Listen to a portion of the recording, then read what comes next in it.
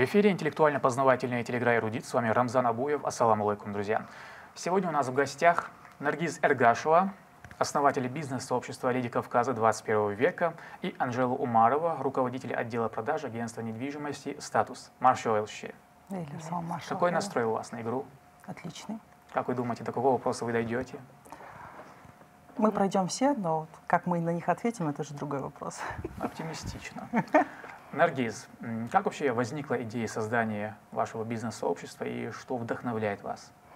Ну, идея создания сообщества пришла, наверное, 3 года назад, когда мы остались все без нельзяграмма, и мне нужно было что-то в садик, что ли. Я знаю, что вот, видела эту страничку там, но не было, не знала ни адреса, ничего.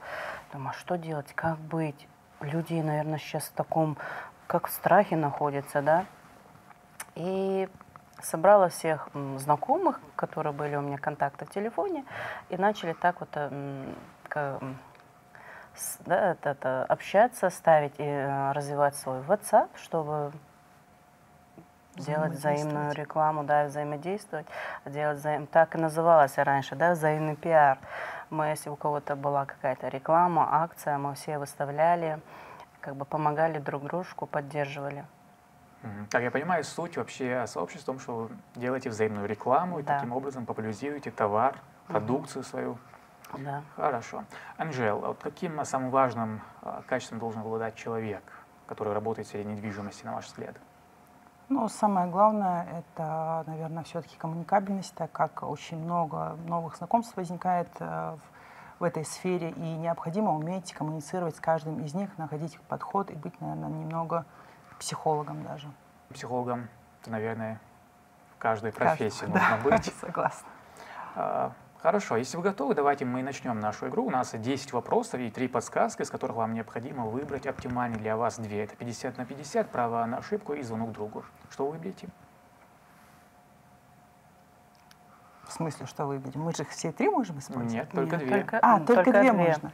Давай, 50 на 50. Право на ошибку и 50 на 50, да? А звонок? А вдруг звонок человек не будет знать и давай. растеряется? Все, давай. 50 на 50 и право на ошибку. И первый вопрос звучит так. Почему на чеченской свадьбе невесте на руки дают мальчика? Чтобы жизнь медом не казалась, во имя мира на всей планете, как символ благословения, чтобы первенец родился мальчиком. Ну, я думаю, это знают все. Ну, давай мы да, наверное, так. Это... А как ты думаешь, может быть, как символ благословения? Нет. Нет, это вариант Д, чтобы первенец родился мальчиком. Невесте на руки дают ребенка мальчика, как безмолвное пожелание, чтобы у нее первенец был мужского пола. Абсолютно верный ответ. Она берет его на руки, небольшая сцена проявления любви, а затем дарит подарок, чаще всего в виде денег. Второй вопрос. Какой из фактов о Кизиной Ам является вымышленным? В нем водятся уникальные обитатели, является самым глубоким на Кавказе. Вода имеет уникальные физические свойства, расположена на высоте 1869 метров над уровнем моря. Ну, я вот как бы знаю, что 70 метров в глубину. 95 даже некоторые. Да? Воры, по-моему, показывали, да. Но не думаю, что оно является самым глубоким на Кавказе. Ну, какой вариант выберем? Я не знаю. Вариант Б пусть будет. Ну, давай.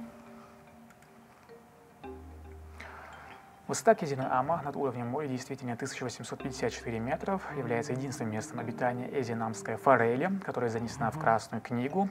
Здешняя вода также создает большое сопротивление для весел, поэтому в советское время на его берегу была расположена всесоюзная тренировочная база, и те, кто занимались в такой воде, чувствовали себя гораздо увереннее на соревнованиях.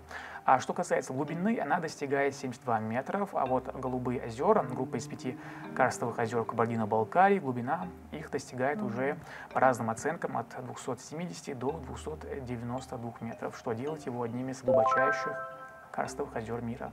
Представь. Следующий вопрос.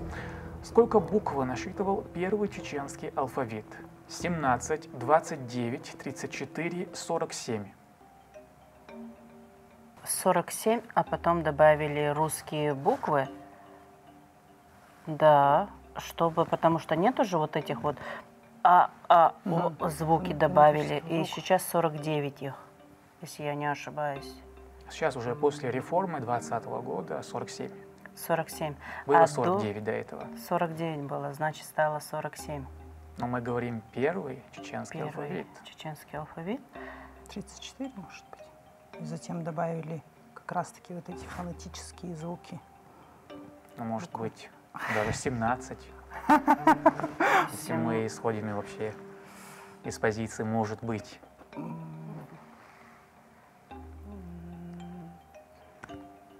Я это читала. Ну, если читала, говори. Ну, я помню, что там было 16, 49. Сколько добавили? 16 добавили. 16 добавили. Ну, Да, давай значит, смотри, 34. значит, давай.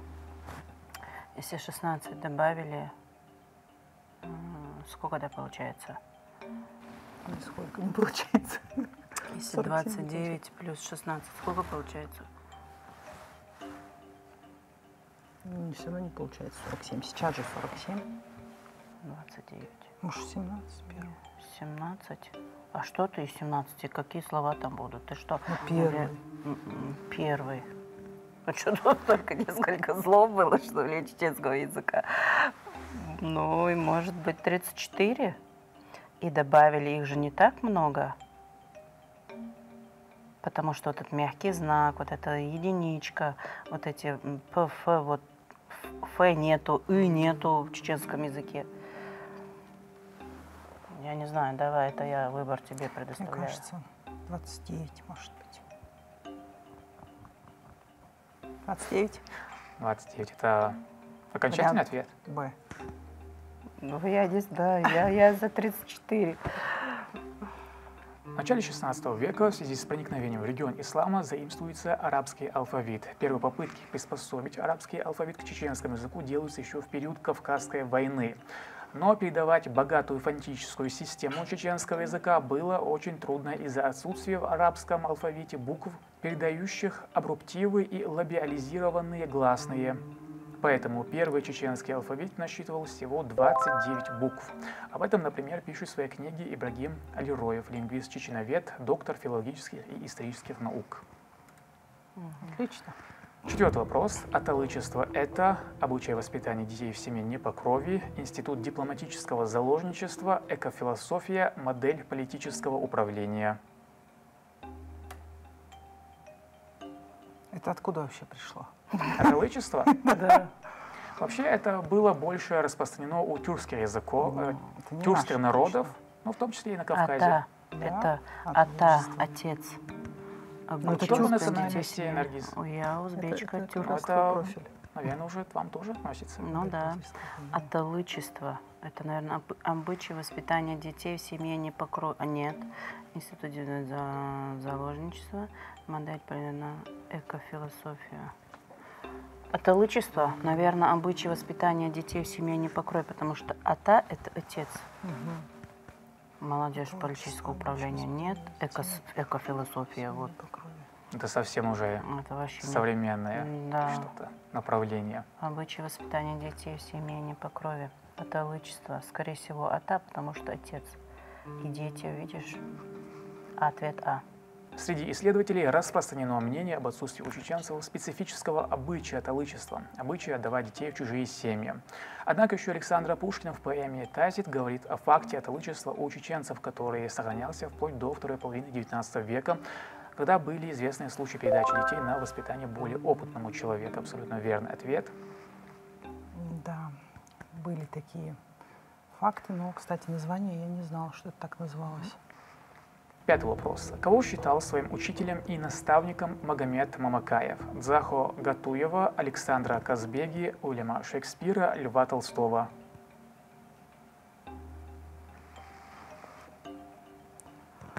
И такая тишина. Видишь, это приехали. Скорее всего, Заха Гатуева. Почему? Ну, потому что он Осетин. тоже кавказец, Они, по-моему, даже что-то создавали, да, вместе, нет? Вроде нет. Нет? Ну, что-то было у них общее. Какого с учителем и наставником? Видишь, учитель и наставник. Было что-то у них общее. Потому что учился он же в Москве. Его же отправляли учиться. Потом он Потом на север. Да, он вернулся, а потом он уехал на север. И там возглавлял. И ваш ответ? Заха Гатуева. Перед эпиграфом в романе «Зелимхан» Магомед Мамакаев пишет: «Моему учителю и наставнику Заха Гатуеву». Абсолютно верный ответ. Вообще, в своих воспоминаниях в связи с 80-летием Заха Гатуева Магомед Мамакаев писал о своем учителе, цитата: «Это он, Захо, привел меня, юного чеченца, в далекое майское утро 1928 года на Белорусский вокзал встречать родоначальника великой советской литературы Горького, возвратившегося из Италии. Он познакомил меня, начинающего поэта, с Владимиром Маяковским, Эдуардом Багрицким. Он заставил меня читать автору «Думы про Апанаса» мои стихи на чеченском языке. Благодаря ему Багрицкий стал первым переводчиком моих стихов». Шестой вопрос. Кто не являлся имамом Чечни? Байсангур Биноевский, Тоза Акмурзаев, Алибек Хаджи Алдамов, Исмаилин Дуда. Тоза Акмурзаев. Это наугад? Нет, потому что Байсангур он был, Алибек Хаджи Алдамов тоже был, Исмаилин Дуда, Дуда, мне кажется, не был. да? Тоза Акмурзаева я не... Подсказку берем? Ну, давай попробуем. 50 на 50. У вас Что? остается А, С у нас остается... И значит, Значит, Исмаил Дуда. Байсангур Биноевский занимал пост имама Чечни в период с 1859 по 1861 годы. Тозак Мурзаев также был официально провозглашен новым имамом Чечни и Дагестана 24 мая 1865 года. Алибек Хаджи Алдамов с началом русско-турецкой войны 1877-78 года возглавил антицарское восстание, стал имамом. А вот Исмаилин Дуда не был имамом. Это эпический герой чеченского народа, сподвижник Бейбулата Таймиева и участник Кавказской войны. Седьмой вопрос. Кто из представленных героев посвятил наибольшее количество лет военному делу? Иса Гиндергеноевский, Талхик Шалинский, Бейбулат Таймиев, Атабай Атаев. Военному делу. Кто ж помнит-то? Талхит Шалинский или Бейбулат Таймиев? Про них вообще не читала. Атабай Атаев. Право ошибку, да, нет? Или будем... Что там? Это какой вопрос? Седьмой Это вопрос у седьмой. нас, да? На седьмом вопросе мы уже хотим использовать вторую подсказку. Мы не на своем месте, дорогая. Мы зря сюда пришли. Раз мы- Так. Кто из представленных героев посвятил наибольшее количество лет военному делу? Талхик Шалинский, Атабай Атаев, Иса Гиндергеноевский. Бейбулат Мне почему Таймиев. кажется, что Бейбулат Таймиев? Я не знаю, почему я не смогу это обосновать.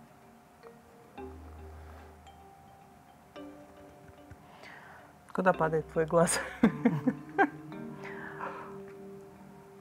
Мы не можем такие вопросы знать. Почему ты не Такие можешь? ответы. Это мужчины должны помнить, а мы такие ответы забываем, понимаешь? Мгм. Хотим использовать нашу подсказку «Право на ошибку». Не ваш ответ? Бейбулат Таймиев. Все герои, представленные в вариантах ответов, были активными участниками Кавказской войны. Бейбулат Таймиев провел на войне 30 лет. Это немного неверный ответ. Талхик Шалинский посвятил военной службе 19, Атабай Атаев 21, а вот Иса Гиндергеноевский служил на войне 35 лет. Это правильный ответ. Теперь мы это запомним. Историю свою нужно знать. Восьмой вопрос. Кому установлен конный памятник на мемориальном комплексе славы имени Ахмата Хаджи Кадырова, Хампаше Нурадилову, Асламбеку Шарипову, Мавлиду Исаитову, Магомеду Узуеву? Мавлиду Исаитову.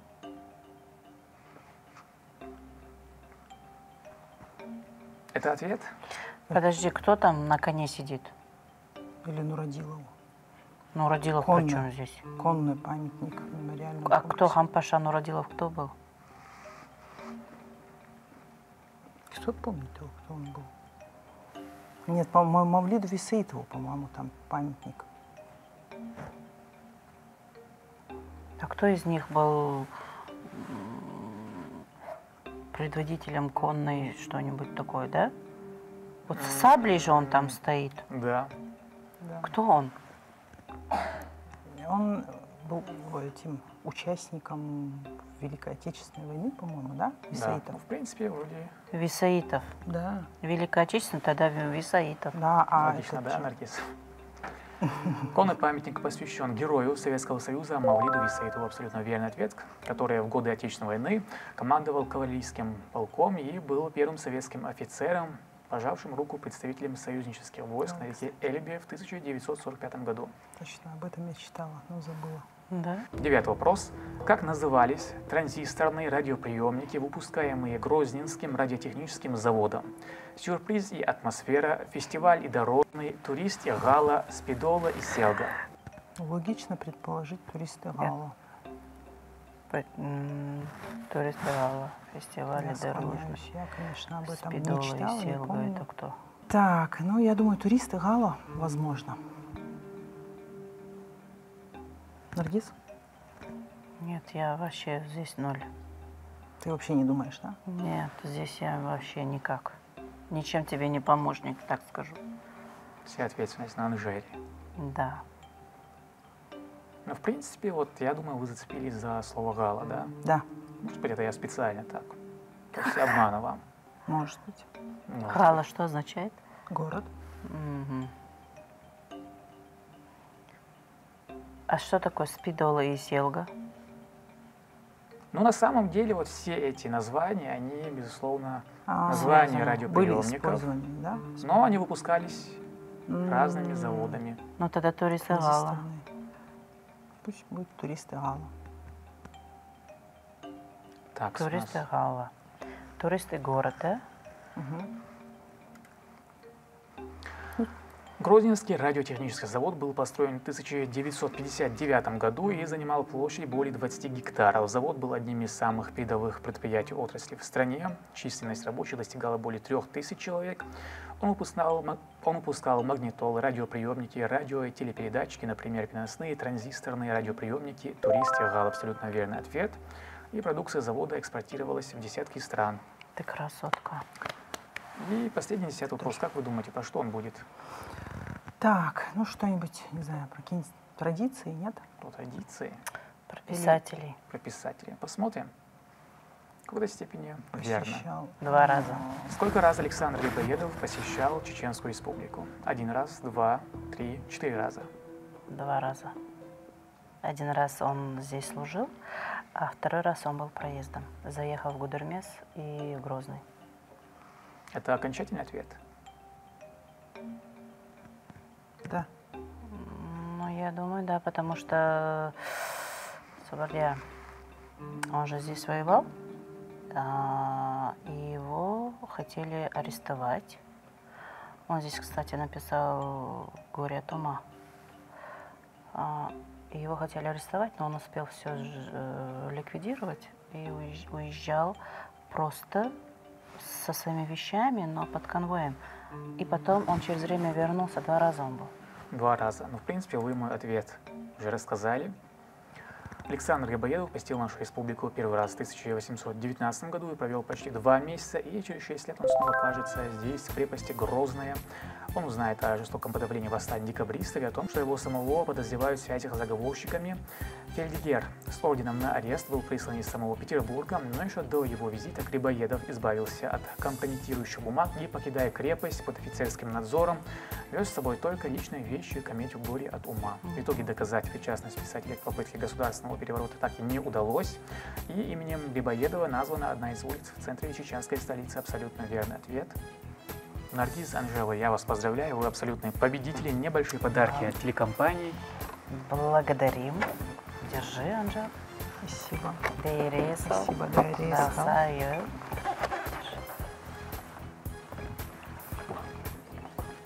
Очень интересно было поучаствовать в такой игре. Первый опыт у нас такой совместно с Наргиз получился. Спасибо за подарки. Я не знаю, заслужили мы их или нет, но мы старались. Да, спасибо еще раз, то, что пригласили именно нас, то, что, как это говорится, заставили наш мозг работать. Это сейчас очень важно. Действительно, я вот готовилась, прям было интересно, с таким трепетом. Я даже вчера мужу, детям читала историю чеченскую. Это очень круто. Наргиз, Анжела, я признателен, что вы приняли приглашение, пришли. Горд, что вы победили. Спасибо за такую интересную игру. Это была интеллектуально-познавательная телеигра «Эрудит». С вами был Рамзан Абуев, Андикюэл Машаил.